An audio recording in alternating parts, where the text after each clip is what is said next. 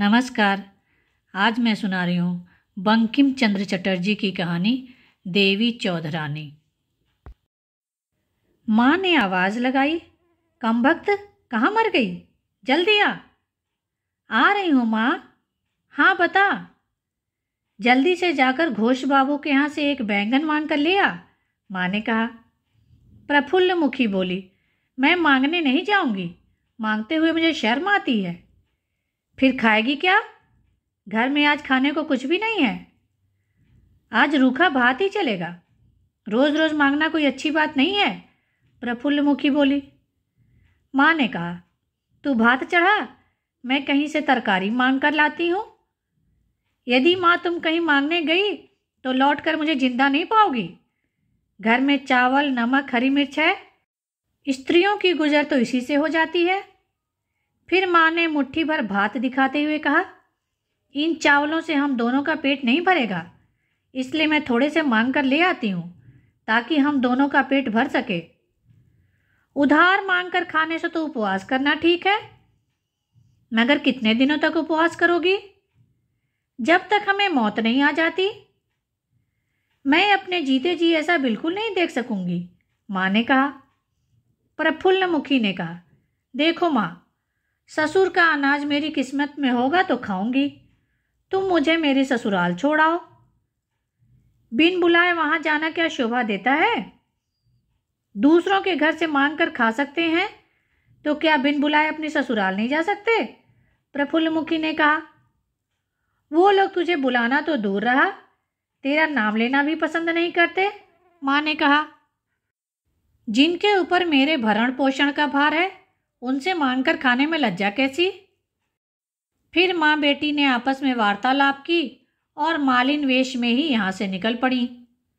प्रफुल्ल मुखी की ससुराल भूतनाथ गांव में थी, जो 6 कोस की दूरी पर थी। उसकी ससुराल बहुत अमीर थी। दोनों माँ बेटी भूखी प्यासी वहां पहुंची। बड़े आदमी के घर में घुसना सरल बात नहीं थी, इसलिए उसकी माँ अंदर जाने के लिए हिम्मत जुटा रही थी। प्रफुल्ल मुखी निर्धन परिवार की लड़की थी। उसकी सुंदरता को देखकर ही उसके ससुर हरवल्लभ बाबू ने अपने पुत्र की शादी उसके साथ की थी। उसकी पड़ोसिनों ने झूठी बातें उड़ाई कि यह उनकी जाति की नहीं है, इसीलिए उन्होंने बहू को दूसरे रोज ही वापस लौटा दिया था। ये दोनों साहसपूर्वक भीतर जा खड़ी हुई थी। प्रफुल्ल मुखी ने लंबा सा घूंघट काढ़ रखा था। सामने ही मालकिन ने उसे देखकर पूछा, कौन हो तुम? आपको किस प्रकार अपना परिचय दूं? प्रफुल्ल मुखी की मां बोली। क्यों? जो तुम्हारा परिचय होगा वही तो दोगी। मैं आपकी समधिन हूं और ये आपकी बहू। कौन सी समधिन? उसने पूछा। पास खड़ी एक नौकरानी उसे पहचानती थी। उसने बताया, ये दुर्गापुर वाली आपकी समधिन है। गृहिणी ने कहा, अच्छा बैठो। समधिन बैठ गई और प्रफुल्ल मुखी ज्यों की त्यों अपने स्थान पर खड़ी रही। गृहिणी ने पूछा, ये लड़की कौन है? आपकी बहू। यहाँ किसके संग आई है? आप ही के घर तो आई है, लेकिन क्यों? क्यों क्या? लड़की को अपने ससुराल नहीं आना चाहिए क्या? समधिन बोली। किंतु शरीफ घर की लड़कियां बिना बुलाए नहीं आती। यदि सास ससुर न बुलाने की कसम खा लें तो क्या ससुराल आएगी ही नहीं? तो फिर आने का अर्थ? मैं इसे खिलाऊं कहाँ से? मैं ठहरी विधवा, तुम्हारे पुत्र की बहू को कहाँ से खिलाऊं?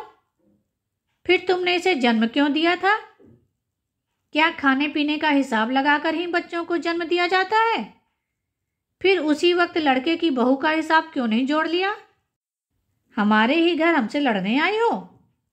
प्रफुल्ल मुखी की मां ने नम्रता से कहा, मैं यहाँ लड़ने नहीं, बल्कि आपकी बहू को आपके घर पहुंचाने आई हूं। यह कहकर वह चली गई, किंतु प्रफुल्ल मुखी पहले की भांति घूंघट काढ़े खड़ी रही। सास बोली, तुम्हारी माँ तो गई, अब तुम भी जाओ। प्रफुल्ल मुखी टस से मस भी ना हुई। क्या मुसीबत है?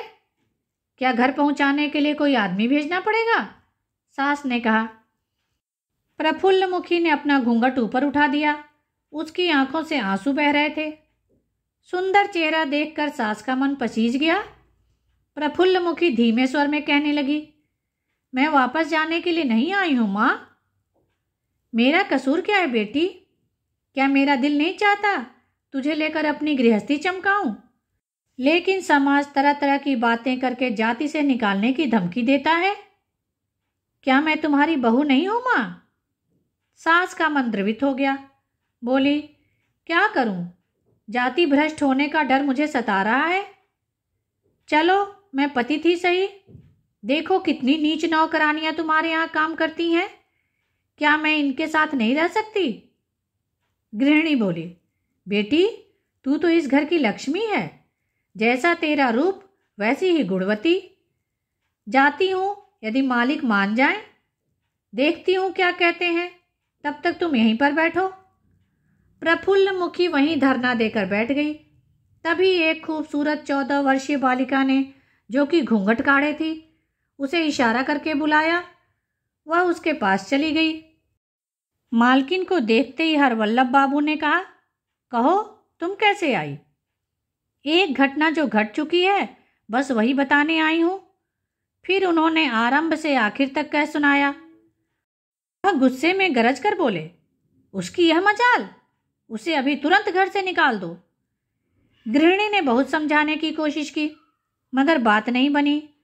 अंत में हार कर बाहर आई तो देखा बहू वहां से गायब थी। जो बालिका प्रफुल्लमुखी को इशारा करके ले गई थी, जब उसने दरवाजा बंद किया तो प्रफुल्लमुखी ने पूछा, ये क्या कर रही हो? सागर बोली, इसलिए कि कोई आ न जाए, क्योंकि मुझे तुमसे कुछ बात करनी है। तुम्हारा नाम क्या है? मुझे सागर कहते हैं। उसने अपना परिचय दिया। तुम कौन हो? मैं तुम्हारी सौत हूँ, सागर ने जवाब दिया।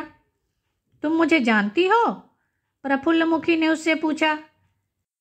मैंने दरवाजे के पीछे खड़े होकर तुम्हारी सारी बातें सुन ली थीं, इसीलिए पहचान गई। तो तुम ही इस घर की बहू हो? मेरा मतलब उनकी पत्नी। मैं क्यों उनकी पत्नी होती? उनकी पत्नी को तो आप देखती रह जाएंगी। हमारी एक और सौत भी है। मैं तो केवल एक ही विवाह की बात जानती हूँ। नहीं, वह दूसरी है।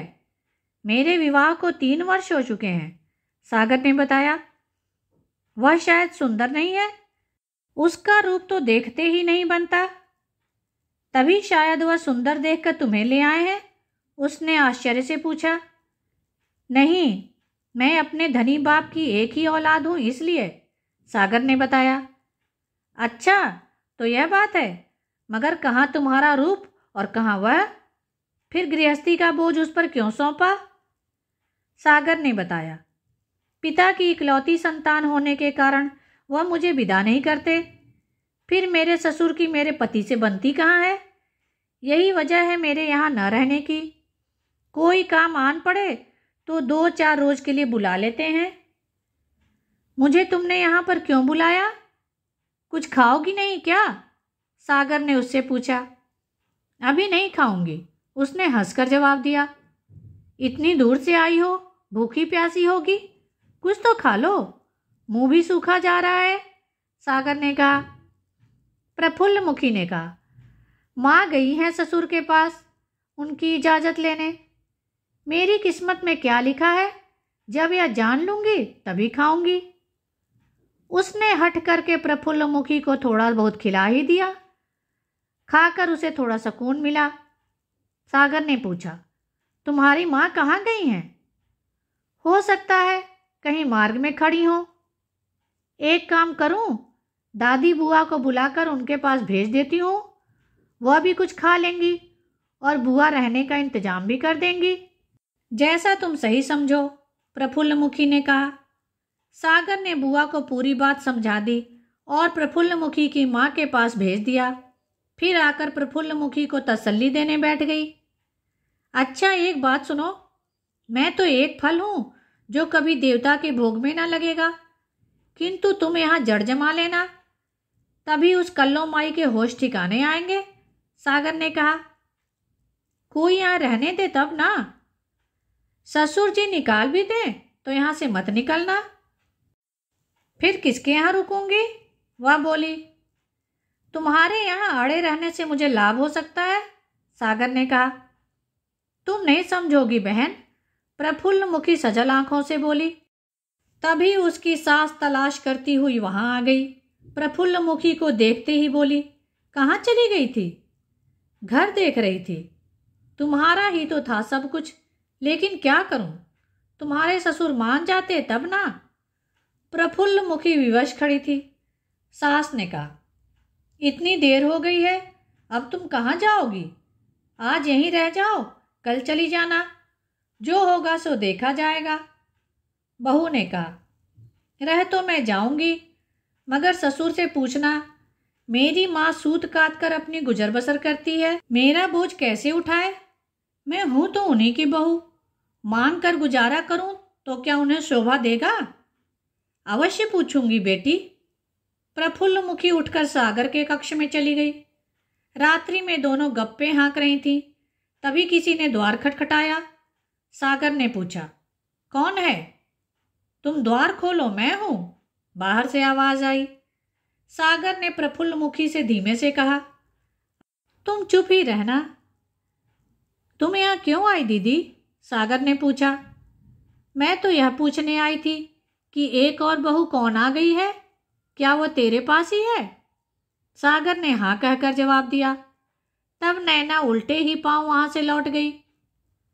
रात्रि में जब हरबल्लभ बाबू भोजन करने बैठे तो उन्होंने पूछा, क्या वह चली गई बागड़ी की पुत्री? रात को कहाँ जाती? एक मेहमान को तो तुम जाने नहीं देते, तो मैं बहू को घर से कैसे निकाल देती? मेहमान को मेहमान खाने में रहना चाहिए, यहाँ उसका क्या काम? तुम चाहो तो निकाल दो, मैं ऐसा कभी न कर सकूंगी। बहू तो लाखों में एक है, गृहिणी ने कहा। ठीक है, मैं ही यह काम करता हूं, जरा बिरजू को तो बुला, हरबल्लभ बाबू ने कहा। ब्रजेश 22 वर्ष की आयु का हट्टा कट्टा आकर्षक नौजवान था। वह चुपचाप आकर पिता के पास खड़ा हो गया। उन्होंने पूछा, बेटा तुम्हारी 3 शादियां हुई हैं ना? ब्रजेश खामोश खड़ा रहा। तुम्हारी पहली शादी एक जाति भ्रष्ट लड़की से हुई थी, वही बागड़ी की पुत्री जबरदस्ती हमारे घर में घुस आई है। जब तक उसे निकाल नहीं दोगे हमें नींद नहीं आएगी। जैसी आपकी आज्ञा, ब्रजेश ने कहा। माँ बोली, निकालना ही है तो समझा बुझा कर सुबह को निकालना, इतनी रात को बेचारी कहाँ जाएगी? ब्रजेश पिता के हुक्म की प्रतीक्षा करने लगा। गृहिणी ने पूछा, तुम जो उसे निकालना चाहते हो, वह रोटी वस्त्र कहाँ से जुटा पाएगी? वह जाकर भीख मांगे, हमें उससे क्या मतलब? निकलते वक्त यह सब अपनी बहू से कह देना। उसने मुझसे पूछा था, लेकिन मैं क्या बताऊं? ब्रजेश की मां ने कहा। ब्रजेश ने दादी बुआ के पास जाकर कहा, नई खबर सुनी तुमने? क्या बेटा?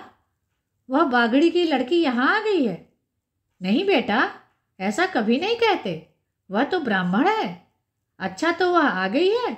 उन्होंने कहा। हाँ बुआ, उससे मेरी मुलाकात करा दो। नहीं बाबा, मैं यह काम करके तुम्हारे माता पिता की गाली नहीं सुनूंगी। तुम सागर से कहो, वही इस कार्य को करेगी। तुम भी कैसी बात करती हो? सौत क्या सौत को इस तरह मिला सकती है? ब्रजेश ने कहा। तू जाकर तो देख, वह तेरा ही रास्ता देख रही होगी।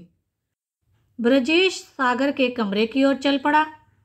ब्रजेश सागर के कक्ष में गया तो वहां सागर नहीं थी, बल्कि एक स्त्री बिस्तर पर लेटी थी। ब्रजेश ने अनुमान लगाया कि यही मेरी पहली पत्नी है। दोनों एक दूसरे को चुपचाप देख रहे थे। फिर हिम्मत बटोरकर प्रफुल्ल मुखी उठी और अपने पति के चरण स्पर्श किए और प्रणाम करके पति का मुंह निहारने लगी। ब्रजेश की आदत अपने पिता से अलग थी। उसने उसका प्रणय स्वीकार करके पलंग पर बिठा दिया। प्रफुल्ल के चेहरे पर इस समय हल्का सा घूंघट था। ब्रजेश ने वह घूंघट हटाया तो उसका चेहरा आंसुओं से तर था। यह देखकर ब्रजेश का दिल पसीज गया। उसने प्रफुल्ल का चेहरा चूम लिया। द्वार पर कोई देख रहा था। ब्रजेश ने मुड़कर देखा तो वह सागर थी। वह बाहर का ताला लगाकर ब्रजेश को संकेत करके दादी बुआ के पास चली गई। उधर सांकल खुलने पर प्रफुल्ल अपने भीतर से उठकर ब्रजेश से बोली, मैं चलती हूँ, लेकिन मेरी एक विनती है। आप मुझे पत्नी ना मानना, मगर मुझे याद जरूर रखना। अभी ना जाओ, मैं एक बार बाबूजी से फिर बात करता हूँ, शायद वह मान जाए। वे आपकी बात मान जाएंगे? वे ना माने, किंतु मैं अपना फर्ज तो पूरा करूँगा ही। मैं बिना कसूर तुम्हें त्याग कर पाप का भागी क्यों बनूं? तुमने तो मुझे ग्रहण किया है, फिर त्यागा कहाँ? फिर भी प्रफुल्ल ने ब्रजेश को वहां से जाने से तुरंत रोक दिया। ब्रजेश ने कहा, यह हीरे की अंगूठी निशानी के तौर पर अपने पास रखो, और जैसे ही मैं कमाने लगूंगा तुम्हें वापस अपने पास ले आऊंगा। अगर तुम मुझे भूल गए तो मैं तुम्हें कभी नहीं भूल सकता। यदि तुम मुझे भूल भी गए तो यह अंगूठी तुम्हें याद दिलाएगी, प्रफुल्ल ने कहा। प्रफुल्ल मुखी रोते हुए चुपचाप वहां से चल पड़ी। उसी समय वहां सागर भी आ गई। प्रफुल्ल ने कहा, मैं जा रही हूं बहन, शायद अब यहां कभी ना आ सकूंगी। तुम्हें मेरा पीहर पता है? सागर ने पूछा। नहीं जानती, तो मैं पता कर लूंगी। तुम मेरे पीहर जा सकती हो, सागर ने कहा। जाने में वहां क्या हर्ज है? तुम्हारी माँ तुमसे मिलने के लिए बाहर खड़ी तुम्हारी प्रतीक्षा कर रही है, सागर ने बताया। प्रफुल्ल बाहर जाकर माँ से गले लगकर काफी रोई। वहां से दोनों माँ बेटी अपना सा मुंह लेकर वापस लौट आई थी। वहां से आने के बाद प्रफुल्ल की माँ बीमार पड़ गई और कुछ दिनों बाद ही उनकी मौत हो गई। तब पड़ोसिनों को भी इस बात का एहसास हुआ कि हमने झूठी बदनामी करके अच्छा नहीं किया। हमारी वजह से प्रफुल्ल ससुराल से निकाल दी गई। सभी पड़ोसिनों ने मिलकर उसकी माँ का श्राद्ध करवाया। 2 पड़ोसी उसके ससुर को बुलाने के लिए भी पहुंचे, लेकिन उन्होंने आने से साफ इनकार कर दिया। किंतु ब्रजेश ससुराल जाने की ताक में था। अकेली होने की वजह से प्रफुल्ल मुखी ने फूलमणि नाइन को अपने घर सोने के लिए मना लिया था। वह प्रतिदिन आकर उसके घर में सो जाया करती थी, मगर वह बाल विधवा होने की वजह से अपने चरित्र को न बचा सकी थी। इसका पता प्रफुल्ल को नहीं था। गांव के लोगों से ही सुना था कि जमींदार प्राणनाथ चौधरी के एक गुमाश्ते दुर्लभ चौधरी से उसका अनुचित संबंध था। एक रात्रि उसे आते देखकर दुर्लभ बोला, अब तो इस दुर्लभ काल को तुम्हारे दर्शन ही दुर्लभ हो गए हैं। तुम तो सदा यही रोना रोते हो, तो फिर आज की रात को मिल रही हो ना? वह बोला। आधी रात के समय पालकी लेकर आ जाना और धीरे से द्वार खटखटाना, कोई सुनने ना पाए। मैं खोल दूंगी, पर होशियार रहना, कोई जागने भी ना पाए। इतना अनाड़ी नहीं हूं मैं। फिर उन दोनों ने मिलकर प्रफुल्ल के विरुद्ध षड्यंत्र रचा, परंतु प्रफुल्ल को इसकी कानों कान भी सूचना नहीं थी। आधी रात को द्वार खटखटाने की आवाज आई तो फूलमणि ने दरवाजा खोल दिया। प्रफुल्ल के मुख में कपड़ा ठूंसकर उसे पालकी में डलवा दिया। कहार पालकी को जमींदार के निवास स्थान की तरफ लेकर जा रहे थे। जमींदार का गांव 7 कोस की दूरी पर था। पालकी के पीछे पीछे दुर्लभ तथा फूलमणि भी थे। इस घटना के आधे घंटे के पश्चात ब्रजेश उस सुनसान घर में दाखिल हुआ, मगर उसे वहां कोई दिखाई नहीं पड़ा। उस वक्त डाकुओं का आतंक बहुत था। दुर्लभ भी जंगल के मार्ग से पालकी को लेकर जा रहा था। तभी 2 व्यक्तियों को देखकर कहार डाकू समझकर भाग गए और पालकी वहीं छोड़ गए। उनके पीछे दुर्लभ तथा फूलमणि भी भाग निकले। तब तक प्रफुल्ल ने अपने आप को आजाद कर लिया था। उन 2 आदमियों के जाने के पश्चात वह पालकी से बाहर निकली, लेकिन अंधेरे में रास्ता सुझाई नहीं दे रहा था। उसने सोचा, गांव जाना सही नहीं, कहीं फिर उन्हीं लोगों के हाथ ना पड़ जाए। इसीलिए वहीं बैठकर सुबह होने का इंतजार करने लगी। कुछ देर बाद जब सवेरा हुआ तो वह फिर चल पड़ी। उसे कुछ आगे जाने पर एक मार्ग दिखाई पड़ा। वहां कुछ ईंटें भी दिखाई दी। वहीं आगे चलकर एक इमारत दिखाई दी। अब उसे पूरा यकीन हो गया कि यहाँ जरूर कोई इंसान होगा। भीतर जाकर देखा, एक बूढ़ा दर्द से चिल्ला रहा था। शायद यह उसका आखिरी समय था। वह उसके पास गई। तुम कौन हो बेटी? मैं रास्ता भटक कर आ गई हूँ। उसने, बेटी मुझे थोड़ा सा पानी पिला दो, प्यास के मारे गला सूख रहा है, उस बूढ़े ने कहा। प्रफुल्ल ने तुरंत उसे पानी पीने को दिया। फिर उस बूढ़े ने बताया, मेरी पत्नी सारा धन लेकर मुझे यहाँ बीमार छोड़कर भाग गई है। अब मेरी अंतिम इच्छा यह है कि मुझे जलाया न जाए। बाहर एक कब्र खुदी है, उसमें मुझे दबा दिया जाए। फिर उसने बताया, मेरी चारपाई के नीचे एक तख्ता है, तुम उसे मेरे मरने के बाद हटाओगी तो वहाँ तुम्हें एक सुरंग दिखाई पड़ेगी। तुम उसके भीतर जाना, वहाँ एक कमरे के भीतर तुम्हें 40 घड़े सोने की मोहरों से भरे हुए मिलेंगे, वो तुम ले लेना। तीसरे पहर उस बूढ़े की मृत्यु के पश्चात प्रफुल्ल ने उस कब्र में बूढ़े को दबा दिया। फिर उसने सुरंग के भीतर घुसकर सारी धन दौलत का जायजा लिया और देखा पूरे 40 घड़े हीरे जवाहरातों से भरे पड़े हैं। वह सिर्फ एक मुट्ठी मोहरें लेकर बाहर निकल आई। थकान की वजह से उसे गहरी नींद आ गई। प्रातःकाल जब प्रफुल्ल मुखी की आंख खुली तो उसने फैसला किया कि अब वह यहीं रहेगी। दुर्गापुर भी तो इसी जंगल की तरह ही है, वहां से भी उसे डाकू उठा ले गए थे। उसने पहले पूरे मकान की सफाई की, फिर गाय को चारा डाला। उसने सोचा क्या बनाए, घर में तो चावल आटा कुछ भी नहीं है। वह एक मोहर लेकर जंगल की पगडंडी पर बाजार की खोज में निकल पड़ी। मार्ग में एक अधेड़ उम्र का ब्राह्मण मिला। उसने पूछा, कहाँ जा रही हो बेटी? बाजार जा रही हूँ बाबा, सौदा लाने, उसने बताया। यह मार्ग बाजार को नहीं जाता। तो फिर कौन सा मार्ग है? तुम किस मार्ग से आई हो? इसी जंगल के मार्ग से। तुम इस जंगल में रहती हो? हाँ। तब भी मार्ग से अनजान हो? मैं तो यहाँ नई नई आई हूँ। इस जंगल में कोई अपनी प्रसन्नता से नहीं आता, तुम फिर कैसे आ गई? कृपया मुझे बाजार का मार्ग बता दो। बाजार यहाँ से 3 कोस दूर है। अकेले जाने में डाकुओं का भय होता है। तुम्हारा और कौन है? कोई नहीं है। तुम्हारा अकेले जाना सही नहीं है। अगर चाहो तो मेरी दुकान से खाद्य सामग्री ले लो। प्रफुल्ल मुखी को यही तो चाहिए था। वह ब्राह्मण के साथ साथ चल दी। वहां जाकर देखा तो वहां दुकान तो नहीं थी, पर ब्राह्मण ने ताला खोलकर कहा, जितनी खाद्य सामग्री चाहिए ले जाओ, वहां खाद्य सामग्री भरी पड़ी है। प्रफुल्ल मुखी से जितना बन पड़ा अपने साथ उठाकर ले आई और उससे दाम पूछने लगी। ब्राह्मण ने कहा, 1 आना। मेरे पास तो पैसा नहीं है। रुपया है तो लाओ, बाकी पैसे मैं तुम्हें लौटा दूंगा। रुपया भी नहीं है। एक मोहर है, जरा देखूं तो सही। प्रफुल्ल मुखी ने उसे मोहर दे दी। वह उसे देखकर लौटाता हुआ बोला, इसकी वापसी मेरे पास तो नहीं है, इसीलिए चलो मैं तुम्हारे घर से ही ले आता हूं। घर में भी पैसे नहीं है, उसने बतलाया। वहां भी मोहरे ही हैं। झूठ न बोलो। चलो तुम्हारा घर चलकर देख आता हूं, फिर बाद में पैसे ले आऊंगा। प्रफुल्ल को बात खटक गई। उसने खरीदी हुई सारी सामग्री वापस कर दी और कहा, मुझे कपड़े भी खरीदने हैं, इसलिए बाजार तो जाना ही पड़ेगा। बेटी, तुम समझती हो मैं तुम्हारी सारी मोहरें चुरा लूंगा? तुम बाजार भी जाओगी, मैं तब भी तुम्हारा पीछा करूंगा। प्रफुल्ल मुखी बहुत ज्यादा घबरा गई।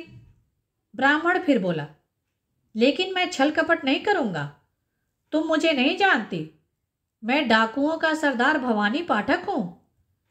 फिर उसने नगाड़ा बजाया। 40-50 डाकू वहां पर आ गए। सरदार ने कहा, इस लड़की को अच्छी तरह पहचान कर लो, इसे मैंने बेटी कहा है, तुम भी इसे बहन मानना, इसकी हिफाजत करना तुम्हारा कर्तव्य है। फिर वे डाकू वहां से चले गए। प्रफुल्ल मुखी ने भवानी की शरण लेना ही उचित समझा।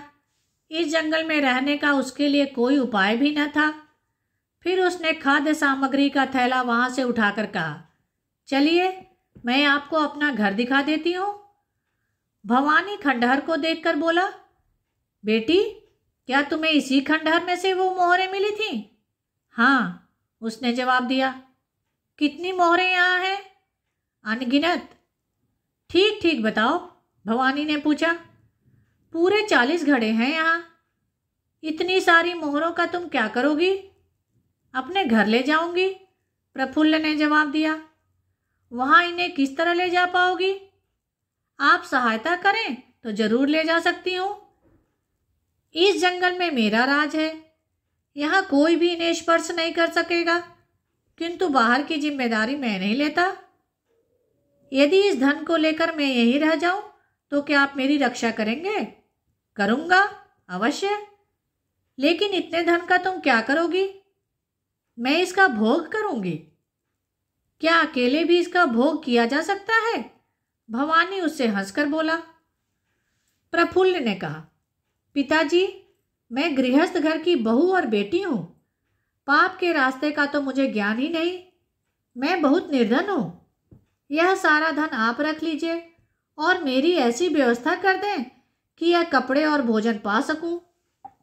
भवानी यह सुनकर बहुत प्रसन्न हुआ। उसने कहा, नहीं बेटी, यह धन तुम्हारा है।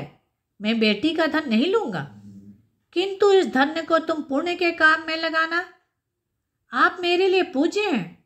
आप मुझे इस धन का सदुपयोग करना सिखा दें। वह बोली, इस काम में तुम्हें 5 साल लगेंगे। तब तक तुम इस धन को हाथ मत लगाना। मैं तुम्हारे भोजन वस्त्र का प्रबंध कर दूंगा, भवानी ने समझाया। किंतु मैं रहूंगी कहाँ? इसी खंडहर में। मैं इसकी मरम्मत करा दूंगा तथा 2 औरतों को तुम्हारे पास रख दूंगा, जो साय की तरह तुम्हारे साथ रहेंगी, भवानी ने समझाया। प्रफुल्ल सहमत हो गई। अच्छा, तुम बताओ कहाँ तक पढ़ी लिखी हो? भवानी ने उससे पूछा। बहुत थोड़ा पढ़ी हूं। सबसे पहले तुम्हें यही सीखना पड़ेगा। ये मेरी खुशनसीबी है कि इतने बड़े जंगल में मुझे आप जैसा शिक्षक मिल गया। बातचीत करने के बाद जब भवानी बाहर आया तो एक व्यक्ति बैठा उनका इंतजार कर रहा था। उसने पूछा, रंगराज, यहाँ कैसे आना हुआ? जिस वस्तु की हमें तलाश थी वह मिल गई, उसने बताया। कौन? राजा? नहीं, रानी। राजा रानी की तलाश की आवश्यकता क्या है? सुना है कलकत्ते में वॉरेन हेस्टिंग एक अच्छा राज्य तैयार कर रहा है। मुझे वैसे राजा की खोज नहीं थी। मुझे जिस राजा की तलाश थी वो तुम जानते हो। मिल गया क्या? ऐसी वस्तु मिलती नहीं, उसे बनाना पड़ता है, भवानी प्रसाद ने कहा। इस घर में मेरे अतिरिक्त और कोई प्रवेश न करने पाए। लड़की रूपवती और युवा है। जो हुक्म। अभी अंग्रेजों ने रंजनपुर लूट लिया है, तभी मुझे आपकी तलाश थी, यह पूछने के लिए क्या गांव हमारा साथ देगा? लगता तो ऐसा ही है। भवानी पाठक ने 2 औरतें प्रफुल्ल मुखी की देखरेख के लिए छोड़ दी थी। उसमें से एक बुढ़िया स्त्री थी और दूसरी प्रफुल्ल से 2-4 साल बड़ी थी। वह बुढ़िया औरत हर वक्त प्रफुल्ल के साथ रहती, दूसरी बाहर का सामान लाने का काम करती थी। उनमें बूढ़ी स्त्री को गोबरा की मां कहकर पुकारा जाता था और दूसरी का नाम निशी था। निशी भवानी पाठक की शिष्या थी। जिस रात्रि ब्रजेश दुर्गापुर गया तो उसने खाली घर देखकर समझ लिया कि प्रफुल्ल अपने किसी रिश्तेदार के घर गई होगी। पिता के भय से वह तुरंत वापस आ गया था। इधर फूलमणि ने प्रफुल्ल की मौत की खबर उड़ा दी और यह सूचना प्रफुल्ल की ससुराल तक भी जा पहुंची। ब्रजेश इस दुख में बीमार पड़ गया, किंतु वह पिता के सामने यह न कह सका कि प्रफुल्ल की मृत्यु का कारण वही है। दादी बुआ ब्रजेश के मन की स्थिति को अच्छी तरह समझती थी। वह प्रफुल्ल की वजह से ही बीमार हुआ है। धीरे धीरे अब ब्रजेश की स्थिति में सुधार आता जा रहा था। इधर हरवल्लभ ने प्रण किया कि अब ब्रजेश बच जाए तो कभी उसकी इच्छा के खिलाफ काम न करूंगा। प्रफुल्ल की शिक्षा शुरू हो चुकी थी, जिसके अंतर्गत उसे वेद, उपनिषद, गीत, योग आदि का अध्ययन कराया गया। शास्त्र ज्ञान के अतिरिक्त भी प्रफुल्ल को हर तरह की शिक्षा मिली। जलवायु, धूप तथा आग के संबंध में भी प्रफुल्ल ने जिस्म को सहिष्णु बना लिया। भवानी ने प्रफुल्ल को एक और शिक्षा देने का हुक्म दिया। वह था कुश्ती लड़कर इंद्रियों को काबू में करना। प्रफुल्ल ने कहा, यह मुझसे नहीं हो सकेगा। इसके बिना शिक्षा अधूरी रह जाएगी। महाराज, औरतें कुश्ती सीखकर क्या करेंगी भला? प्रफुल्ल बोली। इंद्रियों को संयम में रखने के लिए कुश्ती द्वारा व्यायाम करना जरूरी है, भवानी ने बताया। लेकिन मुझे सिखाएगा कौन? निशी, उसने उत्तर दिया। प्रफुल्ल लगातार 4 वर्ष तक कुश्ती सीखती रही। चौथे वर्ष प्रफुल्ल को लठैतों से कुश्ती लड़नी पड़ी। 5वें साल किसी प्रकार का भी निषेध न रहा था। वह किसी पुरुष से भी वार्तालाप कर सकती है। वह उनसे इस तरह बात करती जैसे माँ बेटे से बात करती है। इस तरह 5 साल में भवानी ने प्रफुल्ल को विदुषी बना दिया था। लेकिन प्रफुल्ल ने भवानी को कभी अपना परिचय नहीं दिया। प्रफुल्ल मुखी की 5 वर्ष की शिक्षा के बाद कर्म की शिक्षा का अभियान शुरू हुआ। इस प्रकार पूरे 10 साल गुजर चुके थे। इस समय तक हरवल्लभ बाबू का रोम रोम कर्ज में डूब चुका था। वह पूरी जायदाद कर्ज में रख चुके थे। उनके ऊपर पूरे 50,000 का कर्जा चढ़ा हुआ था। अब तो उनके नाम का वारंट भी निकल चुका था। ब्रजेश कुछ कर्ज मांगने सागर के पिता के यहाँ यानी अपनी ससुराल पहुंचा ताकि इस वारंट के चक्कर से पिता को छुटकारा दिला सके, मगर सागर के पिता ने साफ मना कर दिया। ब्रजेश क्रोध में उठकर वहां से जाने लगा तो सागर उसके पैर पकड़कर बोली, मेरा क्या कसूर है? एक दिन तो ठहर जाते। ब्रजेश ने क्रोध में आकर अपना पैर छुड़ाया तो सागर की कमर पर लगा। सागर गुस्से में बोली, अच्छा तो आप मुझे मारने भी लगे? यदि मार भी दी तो कौन सा गजब कर दिया? एक दिन तुम्हारे बाप ने इसी पांव को पूजा था, ब्रजेश बोला। सागर ने करारा उत्तर दिया, उन्होंने पागलपन कर दिया था, पर मैं उसका प्रायश्चित करूंगी। तो क्या तुम भी मुझे मारोगे? मैं इतनी पतिता नहीं हूं, लेकिन ब्राह्मण की बेटी हूं, तो तुम्हें मेरा पैर। सागर अपनी बात पूर्ण नहीं कर पाई थी, तभी किसी ने पीछे से कह दिया, मेरा पांव अपनी गोद में रखकर नौकरों की प्रकार दबाओगे? ब्रजेश ने समझा कि यह वाक्य सागर ने ही कहा है, इसलिए उसने कहा, मेरा भी यही प्रण है कि जब तक तुम्हारा पांव न दबाऊंगा तब तक तुम्हारा मुख न देखूंगा। यह कहकर वह चला गया। तभी एक नौकरानी अंदर आई तो सागर ने पूछा, क्या खिड़की के पास तू बोल रही थी? नहीं, मैं तो नहीं बोली, नौकरानी ने कहा। तो जरा बाहर देख, कौन बोला था? नौकरानी देखने चली, तभी एक सुंदर तेजस्विनी स्त्री ने अंदर प्रवेश करते हुए कहा, मैं थी खिड़की के पास। तुम कौन हो? सागर ने पूछा। क्या तुम में से कोई भी मुझे नहीं जानता? नहीं, तुम ही अपना परिचय बता दो। मैं हूं देवी चौधरानी। सागर उन्हें ध्यान से देख रही थी। उसने पहले कभी इस नाम को नहीं सुना था। कहानी लंबी है, इसलिए इसके आगे की कहानी भाग 2 में सुनाऊंगी। कहानी को लाइक करें और शेयर करें। चैनल को सब्सक्राइब कर लें, जिससे सभी कहानियाँ आपको समय पर मिल जाएं। धन्यवाद।